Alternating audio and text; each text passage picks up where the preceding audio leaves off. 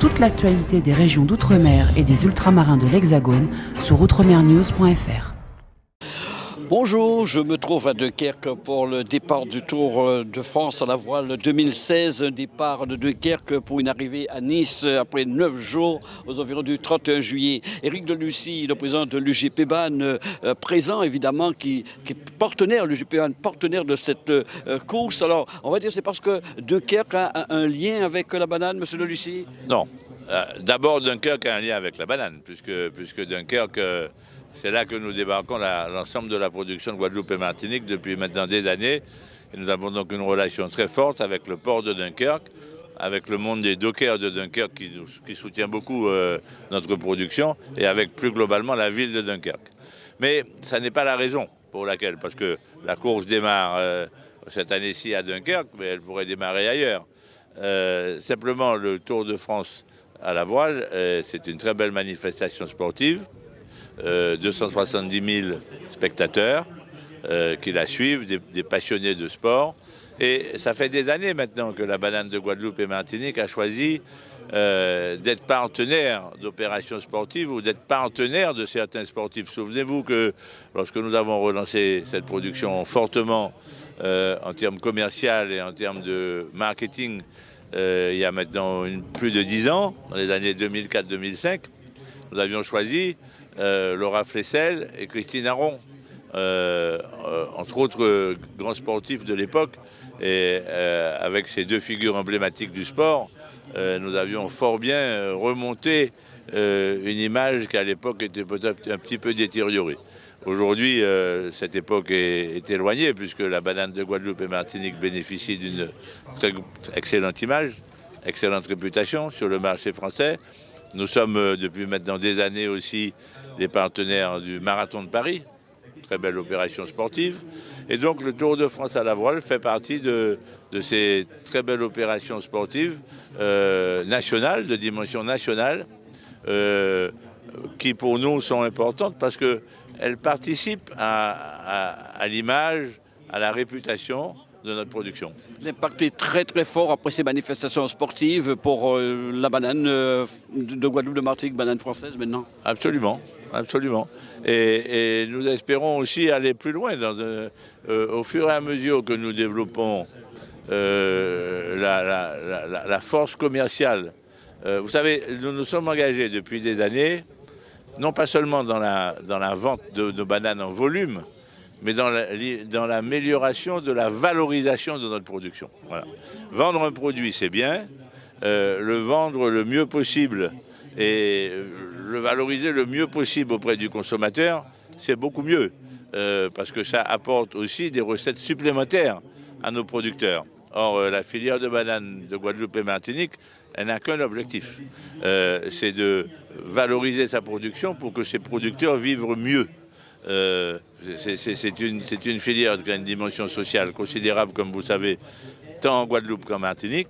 Et donc, la bonne santé de notre production, c'est d'abord la bonne santé financière de nos producteurs. Un skipper réunionnais qui s'appelle comment? Timothée Lapeau. Timothée Lapeau, voilà, qu'est-ce qui vous a motivé de prendre ce départ? Écoutez, je suis né à La Réunion en 1996, donc il y a à peu près 20 ans, et j'y ai vécu 5 ans, et je suis ensuite rentré sur le continent avec mes parents pour continuer la voile, et c'est quelque chose qui me motive depuis tout petit, faire le Tour de France à la voile et me retrouver ici à Dunkerque pour le grand départ. C'est quelque chose que j'ai à cœur depuis que je suis vraiment très jeune. Et j'ai eu la chance cette année d'être avec Team France Jeune et de participer aux sélections et d'être retenu en janvier dernier. Et puis on s'est entraîné toute la saison hivernale et tout le début d'année sur ce Diam 24 et à préparer ce Tour de France avec une équipe en or, remplie de jeunes. Et puis aujourd'hui on est présent, on est sur la plage, prêt à partir sur ce premier jour du Tour de France à la voile. Vous êtes combien de skippers sur ce bateau? On est 6 équipiers et il y a exactement 2 skippers. Moi, je n'ai pas la chance d'être skipper, mais je suis équipier. Mais oui, on est 6 jeunes à participer à ce Tour de France à la voile. Alors moi, je suis navigant, je m'appelle Mathieu Bourdet et je navigue sur le projet Fondation Française des Jeux des pieds et des mains. Et là, vous allez faire équipe avec 3 skippers. Quels sont les noms? Alors les 3 skippers à bord, aujourd'hui, ça va être Éric Flageol. Le barreur aujourd'hui sera Pierre Leclinch et le 3e navigant sera Mathieu Renaud. Moi je suis en stand-by aujourd'hui, on est 4 navigants et on tourne en fait comme remplaçant et spare au cas où inconvenu à bord, blessure ou autre. Alors, quelles sont les règles de cette compétition? Donc c'est des parcours différents, donc ça va durer 3 semaines. Selon les journées, soit les concurrents vont faire un grand parcours qui va durer plusieurs heures, donc un départ, une arrivée et un classement. Et sur un autre format, par exemple dans 2 jours, ce sera plusieurs petites compétitions plus courtes qui donneront lieu à un classement avec 5 ou 6 parcours dans la journée le soir. Et là, vous allez récupérer un skipper guadeloupéen également? Oui, alors c'est le manager skipper du projet, Damien Seguin, qui actuellement prépare les Jeux paralympiques. Et donc il y avait un petit conflit d'emploi du temps, mais il est sur une régate très importante et il nous rejoindra dans quelques jours pour prendre la barre de son bateau en coopération avec Pierre Leclinch. Alors c'est un garçon chevronné parce qu'il fait les grandes courses et là il fait le Tour de France. Qu'est-ce qui le pousse à naviguer autant? Alors Damien, moi je le connais depuis longtemps en tant qu'ami et là en tant que collègue sur le projet, c'est un touche-à-tout et tout lui a réussi. Donc il se retrouve avec le gratin des marins français sur le Tour de France à la voile. Il a aussi effectué des courses au large comme la Route du Rhum en 2010, qui est arrivée en Guadeloupe justement, sur un 40 pieds, donc un projet ambitieux. Et donc son projet phare, c'est quand même son objectif paralympique, qui sont donc il est déjà médaillé d'or paralympique sur un bateau un peu plus petit et plus technique, et il défend son titre en fait en 2016, où il espère bien glaner la médaille d'or à Rio dans quelques mois. Voilà, nous sommes avec Philippe Ruel, le directeur de l'UGPBAN, qui va bien sûr assister comme nous-mêmes à ce départ du Tour de France à la voile. Alors c'est toujours un moment important pour l'UGPBAN d'assister à un événement quand il est partenaire, Philippe Ruel. Oui, c'est sympa, surtout que là on est avec l'ensemble des salariés de l'UGPBAN de Rungis et donc et certains de Dunkerque, tous les gens du contrôle qualité de Dunkerque. Donc c'était l'occasion de réunir tous les salariés pour poursuivre ce départ. Donc c'est une journée sympathique et conviviale. L'impact de participer à beaucoup d'événements sportifs, c'était pas important pour l'UGPBAN?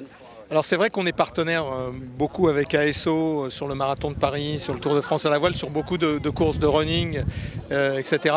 Et c'est vrai que c'est intéressant parce qu'en fait on allie, alors surtout le Tour de France à la voile, ça nous permet d'être dans 9 étapes au niveau des villes de France, et comme on a des mûrisseries qui sont réparties sur tout le territoire, ça permet d'inviter des clients, ça permet, surtout les gens sont en vacances sur les plages, etc., de faire connaître notre banane, qui seront contents de retrouver à la rentrée dans leur supermarché préféré. Alors, quand on connaît le rôle de Dunkerque, de cette ville pour la banane, et un départ ici à Dunkerque, alors là c'est le top. Et voilà, c'est tout un symbole. Donc il y a plusieurs choses en fait qui nous intéressent dans le Tour de France à la voile. Il y a cette répartition territoriale, il y a le fait que le départ soit à Dunkerque. Et pour nous, toutes nos bananes arrivent ici, toute notre organisation logistique est à Dunkerque, contrôle qualité. Et puis il y a la mer, quoi. On est quand même des Iliens, on est quand même d'outre-mer et voilà, ça nous raccroche à nos racines. Alors Eric Delucy, un départ comme ça, comment vous le vivez? Comme on vit ce genre de situation, c'est-à-dire comme un bel événement. Je veux dire, le Tour de France à la voile, c'est une très belle opération, c'est un très bel événement sportif. Les skippers et les équipages qui sont à bord sont des gens formidables. Ils vont faire le Tour de France sur des petits bateaux. Ils sont 3 par bateau. Vous voyez, aujourd'hui, il y a du vent. Il y a même pas mal de vent. Et là, ils vont partir pour la Belgique.